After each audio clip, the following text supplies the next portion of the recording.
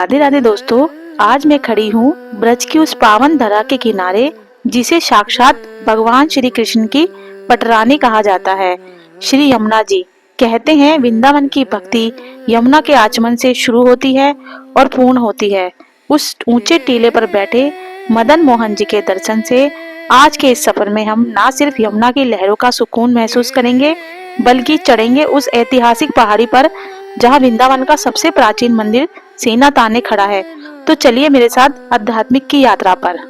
आज मैं आपको लेकर आई हूँ कान्हा जी की नगरी वृंदावन के उस मंदिर में जिसके बिना ब्रज की यात्रा अधूरी मानी जाती है। यह है मदन मोहन मंदिर, वृंदावन का सबसे प्राचीन और ऐतिहासिक मंदिर। ये मंदिर सिर्फ ईंटों से ही नहीं बल्कि भक्ति और चमत्कारों की कहानियों से बना है। चलिए आज इस ब्लॉग में हम जानते हैं इस मंदिर के 500 साल पुराने इतिहास के बारे में, जो वृंदावन के सबसे पुराने और ऐतिहासिक मंदिरों में से एक है।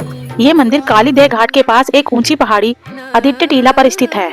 मान्यता है कि 500 साल पहले जब चैतन्य महाप्रभु वृंदावन में आए थे तब उन्होंने अपने शिष्य सनातन गोस्वामी को यहाँ भक्ति का प्रचार करने भेजा था। इसी पहाड़ी यानी कि आदित्य टीला पर अद्वैत आचार्य को भगवान मदन मोहन की मूर्ति मिली थी, जिसे उन्होंने सनातन गोस्वामी को सौंप दी। उस समय यहाँ कोई भव्य मंदिर नहीं बना हुआ था, बस एक छोटी सी कुटिया थी। लेकिन फिर एक चमत्कार हुआ। कहते हैं मुल्तान के एक नमक व्यापारी कपूर रामदास की नाव यमुना के किनारे इस टीले के पास फंस गई थी। सनातन गोस्वामी के आशीर्वाद से जब उसकी नाव निकली और उसे व्यापार में भारी मुनाफा हुआ तो उन्होंने इस भव्य मंदिर का निर्माण करवाया। आप देख सकते हैं कि यह मंदिर लाल बलुआ पत्थर से बना हुआ है।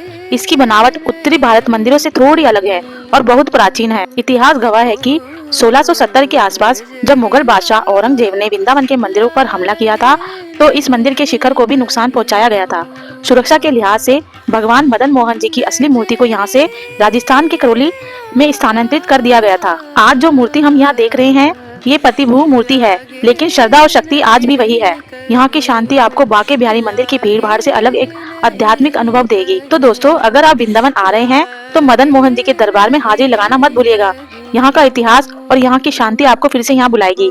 तो दोस्तों, आपने बड़े ही प्यार और भक्ति भाव से दर्शन कर लिए हैं, तो अब हम आगे की यात्रा जारी रखते हुए हम चलते हैं ब्रज की जीवन रेखा और कान्हा जी की प्रिय सखी यमुना जी। हम उस पावन जल के किनारे खड़े हैं जिसके बिना कान्हा जी की कहानी अधूरी है।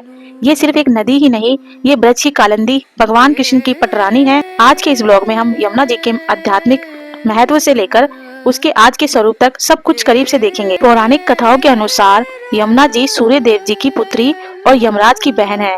कहते हैं जो यमुना जी में स्नान करता है उसे यम की यातनाएं नहीं सहनी पड़ती है और कृष्ण के साथ उसका रिश्ता और भी अटूट हो जाता है, चाहे वो कालिया नाग का मर्दन हो या गोपियों के साथ जल कीड़ा। यमुना हर लीला की गवाह रही है। अगर आप यमुना का असली आनंद लेना चाहते हैं तो मथुरा के विश्राम घाट जरूर आए। कहा जाता है कि कंस का वध करने के बाद कृष्ण ने यही विश्राम किया था। शाम को यहाँ होने वाली आरती किसी उत्सव से कम नहीं होती है। हजारों दिए जब पानी की लहरों पे तैरते हैं तो लगता है जैसे आसमान जमीन पे उतर आया है। नाव की सैर के बिना यमुना का अनुभव अधूरा है। जब आप नदी के बीच में होते हो तो शोर शराबा शांत हो जाता है। यहाँ से आप दूर दूर तक फैले प्राचीन मंदिर और हवेलियों के शिखर देख सकते हो। सर्दियों में यहाँ दूर देशों से भी और प्रवासी पक्षी भी आपका स्वागत करते हैं।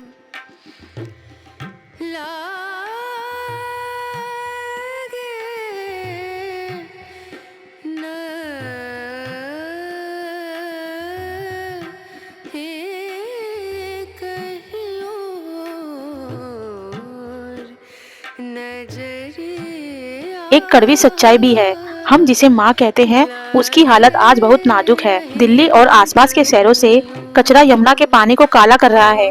आज यमुना को सिर्फ हमारी प्रार्थनाओं की नहीं बल्कि सफाई की भी जरूरत है। एक जिम्मेदार पर्यटक होने के नाते हमें यहाँ प्लास्टिक और कूड़ा कचरा नहीं फैलाना चाहिए। ये यमुना हमारी माँ है और इसे साफ सुथरा रखना हमारा कर्तव्य भी है। यमुना बह रही है सदियों से और उम्मीद है कि हमारी आने वाली पीढ़ियां भी इसी पावन रूप को देख सकेगी। अगर आप ब्रज आए तो एक शाम यमुना के किनारे जरूर बिताएं। आपको वो शांति मिलेगी जो दुनिया के किसी शोर में नहीं है। अगर आपको ये ब्लॉग पसंद आया है तो इसे शेयर करें ताकि लोग यमुना की गरिमा को समझे। चैनल को सब्सक्राइब करना ना भूले। मिलते हैं फिर अगले सफर में, तब तक के लिए राधे राधे।